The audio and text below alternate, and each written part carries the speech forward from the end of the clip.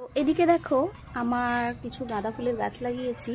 এবারে আর অন্যান্য কিছু গাছ করিনি, ছেলের পরীক্ষা চলছে, আমি দেখাশোনা করতে পারবো না, সেই কারণেই কিছু গাঁদা ফুলের ডগা কেটে নিয়ে এসে লাগিয়েছিলাম। এগুলো আমার একটাও কেনা না, তবে হ্যাঁ এই গাছটা কেনা, এই কালারটা ছিল না বলে এটাকে কিনে নিয়ে এসে ডগাগুলো পিঞ্চিং করে দিয়েছিলাম। এই যে ডগা ছেড়েছে আবারও, আর যেগুলো পিঞ্চিং করেছিলাম সেই ডগাগুলো নিয়ে কিন্তু আবার এখানে বসিয়ে দিয়েছি এই গাছগুলো। এই কারণে এখনও ছোট। আর এই যে এগুলো ফুল হয়েছে, এই ফুলের স্টাইলটা আমার বেশ ভালো লেগেছে। দেখো এই যে কেমন ঝুলা ঝোলা, মানে এই যে ডানটিটা দেখো কেমন এসের মতো হয়ে ঝুলের নিচে ফুলটা ঝুলছে। খুব বড় নয়, তবে থোকা আছে। প্রত্যেকটা ফুলের প্যাটার্নই এই রকম,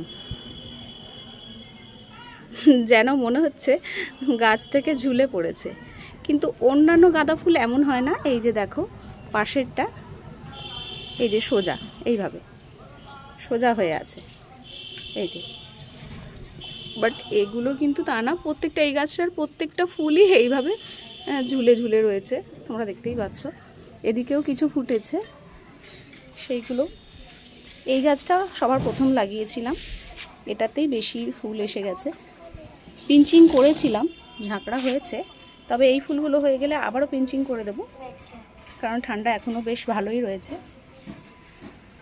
এদিকের গাছটা বাড়ছে না, জানি না কেন। পিঞ্চিং করার পর মাত্র 3টেই হয়েছে, কুড়িয়ে এসছে অবশ্য।